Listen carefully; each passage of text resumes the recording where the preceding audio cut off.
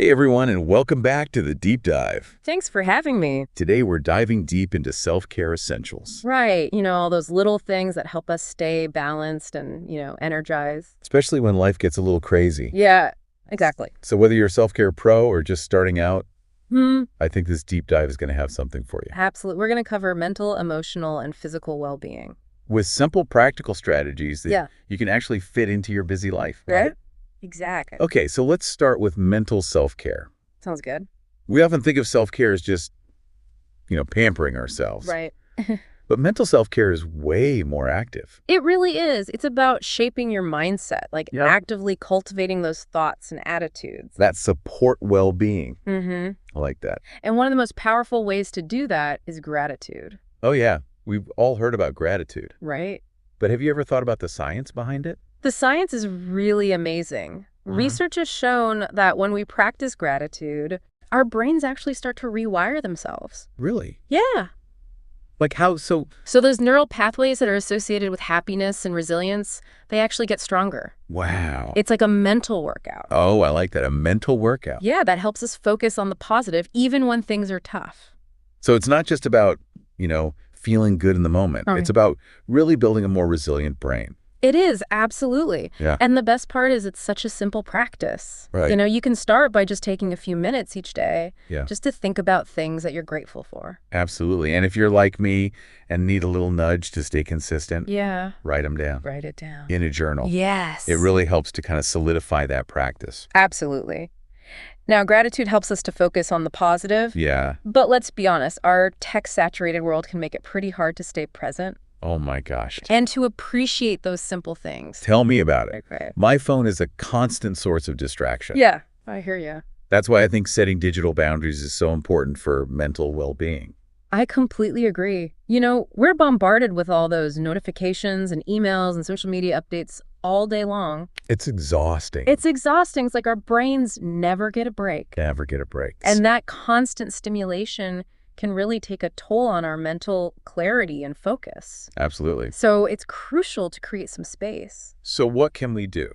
Well, you can start by setting specific times to check your phone, Okay. maybe put it on silent, or even turn it off completely for a few hours each day. Yeah, you know what else I found really helpful is designating tech-free zones in your house. Oh, I love that. Like the bedroom or the dining table. Yeah, It helps to create that sense of peace and separation. that's a really great idea. Okay. Now, another surprisingly effective tool for mental self-care is something that you can actually do anywhere, anytime, and that is deep breathing. Oh, deep breathing. It's so simple, It is. but so powerful. Right. It's like hitting a mental reset button. Exactly. Yeah. When we're stressed, our breathing tends to become shallow and rapid. Right. But by consciously slowing down our breath, Yeah. we can actually signal to our body that it's time to relax. Have you ever noticed how just a few deep breaths Oh, yeah. can just calm you down almost instantly? It's like magic. It is. It's like magic. And there are so many different techniques that you can try. Yeah. Have you heard of the 4-7-8 breathing technique? I have heard of it, Okay. but remind me. Okay. So it's really easy. Hmm. You inhale for a count of 4, hold your breath for 7, and then exhale slowly for 8. I am already feeling calmer just thinking about it. It's great. It's a Yeah. great technique to use whenever you're feeling overwhelmed or anxious. Right. It brings you right back to the present moment. I love that.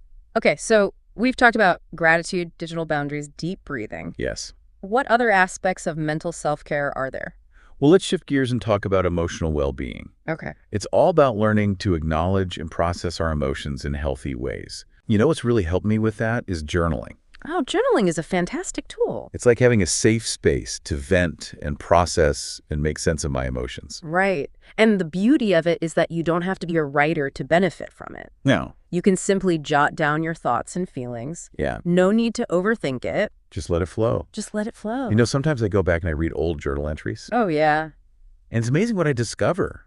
I see patterns in my emotions, or I realize how much I've grown. It's so insightful. It's Yeah. like holding a mirror up to yourself. Yeah. Now, another important aspect of emotional self-care that often gets overlooked is self-compassion.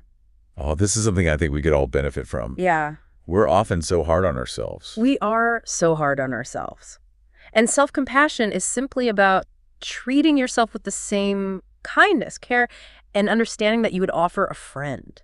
Yeah. So instead of beating ourselves up after making a mistake, Exactly. we offer ourselves words of comfort and support. Exactly. It's about recognizing that we're all human. We all make mistakes. Right. And we're all worthy of love and compassion. Especially from ourselves. Especially from ourselves. I love that. It's about being our own best friend. Yes. Especially on those tough days. And sometimes the best emotional self-care is simply about doing something you love.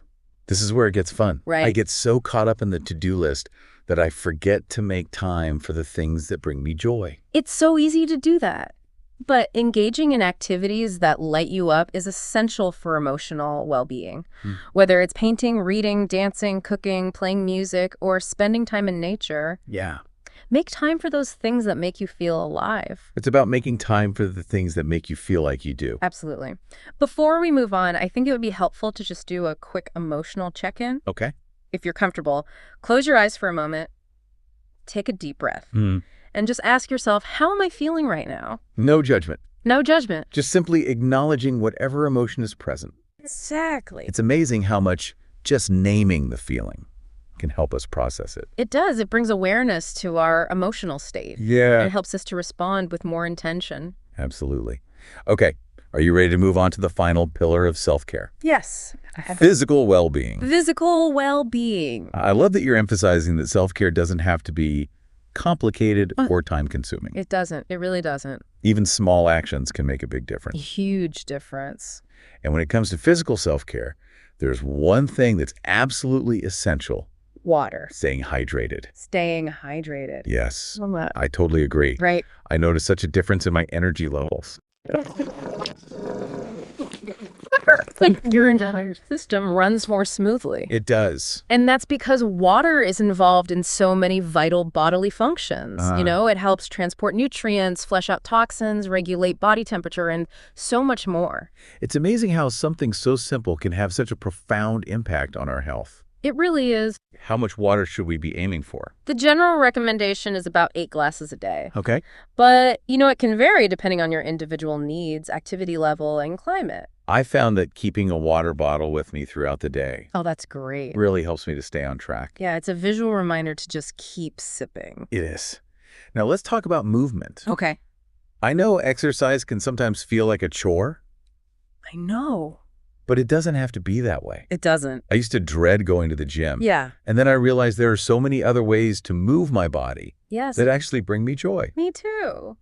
And you don't need a gym membership or fancy equipment to get the benefits. So what are some simple ways that people can incorporate more movement into their lives? Well, even just 10 or 15 minutes of stretching or walking can do wonders for your physical and mental health. I love taking a walk in nature. Yes. Clears my head, boosts my mood. It's a great way to reduce stress and increase those feel-good endorphins. It is. And, if you're looking for something more structured, there are countless online resources for yoga, Pilates, dance, all different forms of exercise that you can do right from the comfort of your own home. It's all about finding what you enjoy and making it a regular part of your routine. Yes. And speaking of routine, let's talk about sleep.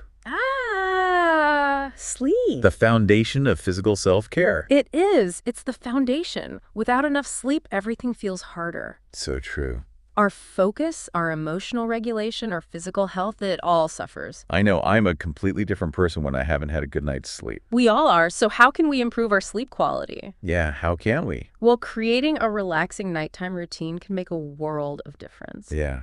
I've started dimming the lights in my house an hour before bed. Oh, that's great. And it's like my body knows it's time to wind down. Yeah, it's signaling to your body that it's time to rest. Yeah, things like reading, meditating, taking a warm bath, or even just doing some light stretches before bed can really help. All those things help signal to your body that it's time for rest. It's about creating a sense of calm and tranquility. Yes. Before you drift off to sleep. Exactly. Well, that wraps up our deep dive into the 3 pillars of self-care. Yes. Mental, emotional, and physical well-being. We've covered a lot of ground. We have, and you know what's been most helpful for me? What's that? It's that reminder that self-care doesn't have to be complicated. It doesn't have to be. Small, consistent actions can make a big difference. It's not about perfection, it's about progress. So true. Yeah. And I think it's important to remember that self-care is a journey, not a destination. I agree. It's about finding what works for you and incorporating it into your life in a way that feels good Absolutely. and sustainable. Exactly. It's about making self-care a priority and being kind to yourself along the way. I love that. Well, that brings us to the end of part 1 of our self-care deep dive. Okay. Don't worry, we'll be back soon with part 2, Yep. where we'll explore even more practical tips and strategies for incorporating self-care into your daily life. We will. And we'll also be answering some listener questions. So be sure to tune in for that. Until then, Yeah. take care of yourselves and remember that you deserve to feel happy, healthy, and fulfilled. Absolutely. We'll see you soon. See you then. Welcome back to the Deep Dive It's great to be back with you. for part 2 of our self-care exploration. In part 1, we really laid the groundwork, Right. covering those core areas of self-care. Mental, emotional, and physical. Exactly. And remember that emotional check-in we did. Oh, yeah. I hope that helped you to really connect with how you're feeling. I know it helped me. Now let's dive a little deeper into some specific practices Yes. that can really make a difference in your everyday life. You know, since we were just talking about the importance of sleep, Yes. I think it's the perfect place to start. I'm all ears. Yeah. I think most of us can always use a little help in the sleep department. Well, something that often gets overlooked is the power of our sleep environment. You mean like our bedroom? Exactly. Think of your bedroom as a sanctuary, Oh. dedicated to sleep. I love that. A sleep sanctuary. It should be dark, quiet, and cool, Okay. signaling to your body that it's time to wind down. Yeah. It's like creating the ideal conditions for rest. Exactly. Ugh. Blackout curtains to block out any stray light. Oh, yeah. A white noise machine to mask distracting sounds, maybe even a fan for that gentle, cool breeze. You know what? I actually invested in blackout curtains a while back, Oh, good. and it's been a game changer. I bet. I fall asleep faster. Yeah. I stay asleep longer. It's amazing how much those little external factors can influence our sleep. Speaking of things that can disrupt our sleep, Yeah. let's not forget about our phones. Oh, the dreaded phone. Right. A sleep saboteur for sure. You see that blue light Yeah. emitted from our devices Mm-hmm. can actually interfere with melatonin production. Now, melatonin, that's the hormone that helps regulate our sleep-wake cycle, right? Exactly. So when we're exposed to blue light before bed, it can trick our brains into thinking that it's still daytime, Oh. making it harder to fall asleep. So scrolling through social media before bed is a big no-no. It's best to avoid screen time for at least an hour before bed. Okay. I will admit I am definitely guilty of breaking that rule sometimes, Yar. but I always notice a difference in my sleep quality when I do manage to disconnect. It's a tough habit to break, Yeah. but the benefits are so worth it. So we've covered sleep sanctuaries. Right. Banishing blue light. What other self-care gems do you have for us today? Well, let's shift gears and talk about mindfulness. Okay. Have you experimented with mindfulness practices before? I've tried meditation a few times, Okay. but to be honest, I've always struggled with it. Yeah, it can be a challenge, especially at first. But Yeah. with practice, mindfulness can become a really powerful tool for reducing stress and increasing well-being. Okay. I'm willing to give it another try. But Yeah. remind me, what exactly does it mean to be mindful? So it's about paying attention to the present moment What's- without judgment. So no dwelling on the past or worrying about the future. Exactly. It's about being fully present in the here and now, Okay. noticing your breath, your body, your surroundings, your thoughts and feelings, Yeah. all without getting swept away by them. That sounds very peaceful, Right.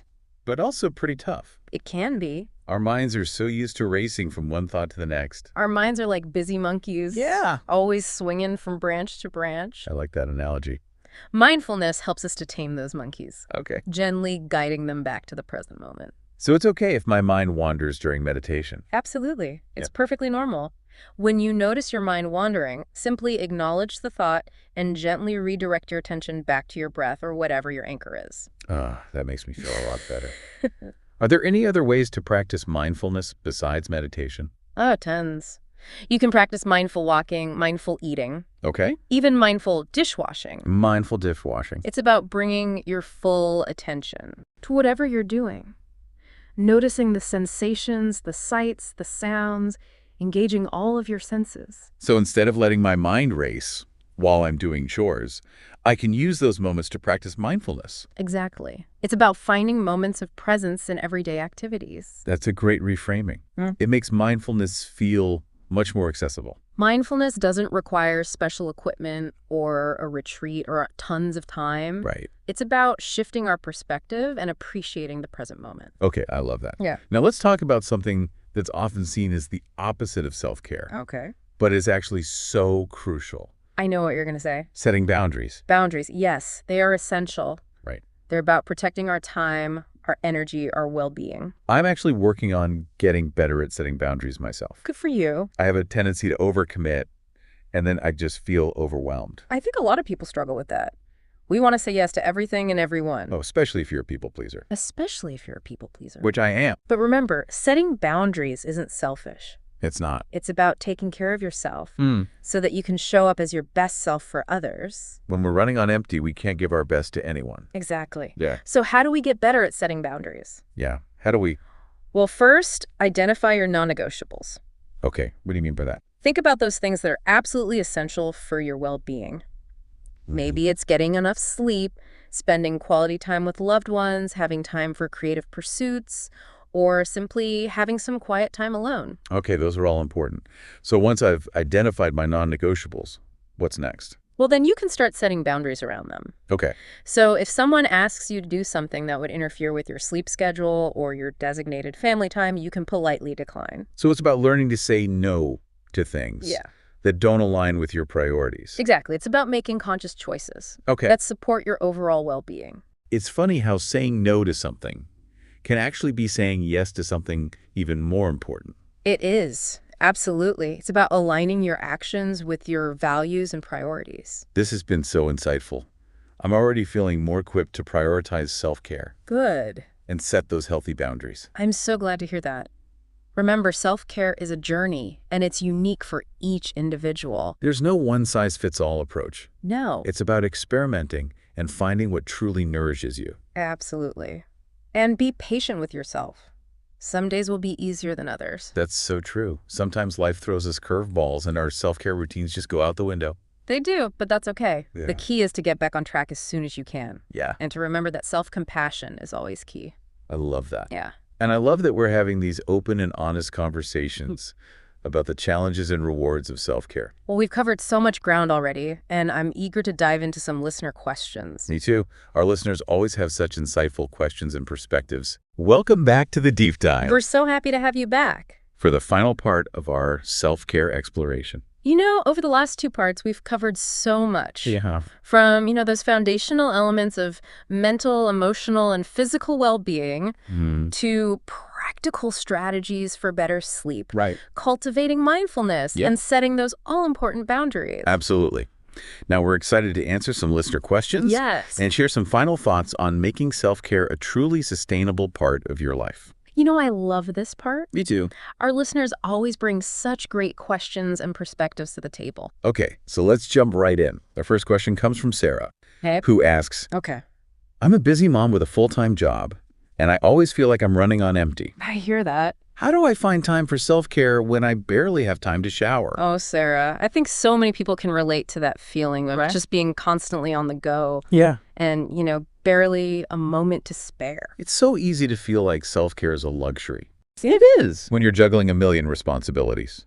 But here's the thing, Sarah, self-care doesn't have to be this big, elaborate production. Right. It's about finding those little pockets of time throughout your day and using them intentionally. Okay. So instead of, mindlessly scrolling through social media while you're waiting in the carpool line, Yeah. what if you took a few deep breaths and practiced gratitude for a minute? Oh, I love that. Or how about listening to a podcast Yeah. or an audiobook you love while you're folding laundry or prepping dinner? It's about multitasking with intention. Exactly. Yeah. Sometimes self-care is about giving yourself permission to say no to things that drain you, Right. so you can say yes to the things that energize you. And Sarah, self-care doesn't have to be a solo activity. It doesn't. It could be something you do with your kids. Oh, absolutely. A family walk in nature, Yeah.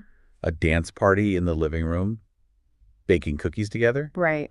These are all acts of self-care that can be really fun and bonding. They are. Okay, our next question comes from John, Okay. who asks, I've tried different self-care practices, but I haven't found anything that really sticks. Any advice? John, I hear you. It's so common to experiment with different practices and Yeah. feel like nothing's quite clicking. Right. It's important to remember that self-care isn't a one-size-fits-all thing. Mhm. What works for one person might not work for another. Right. And even what works for you might change over time. That's true. So I encourage you to just keep exploring until you find something that truly resonates with you. Okay. Don't be afraid to try different things, tweak your approach, and adjust as needed. Yeah, maybe it's about the timing, Yeah, finding the right time of day that works best for you. exactly. Or maybe it's about combining different practices to create a routine that feels truly nourishing. Absolutely. The key is to just stay curious, Yeah, keep experimenting, and be patient with yourself. I love that. Okay, our last question comes from Maria. Okay. She asks, how do I know how I'm doing self-care right? Maria, that's a fantastic question. And here's the beautiful thing. Yeah, There's no right or wrong way to do self-care. I love that. If it feels good, if it helps you to feel more grounded and energized, if it supports your well-being, then you're doing it right. I like that. Trust your intuition and listen to your body. It knows what it needs. It does. And remember, self-care isn't a destination. Right. It's a journey, It is. an ongoing practice. Just like we brush our teeth, take showers regularly to care for our physical hygiene, we need to nurture our mental, emotional, and physical well-being on a consistent basis. Absolutely. Throughout this deep dive, we've explored so many different ways to incorporate self-care into your life. We have. And as we wrap up, I want to encourage you to take what you've learned and choose one small act of self-care that you can commit to this week. I love that. It could be starting a gratitude journal, taking a 10-minute walk each day, setting aside some screen-free time, or anything else that feels aligned with your needs. It's about making yourself a priority. It's about recognizing your worth and treating yourself with kindness and compassion. I love that. And it's about remembering that you deserve to feel happy, healthy, and fulfilled. Absolutely. Thank you for joining us on this journey of exploring self-care essentials. It's been a pleasure. We hope you found it valuable and inspiring. Remember, small steps can lead to big transformations. They can. And the more you prioritize self-care, the more you'll experience those positive ripple effects in every area of your life. Absolutely. Until next time, take care.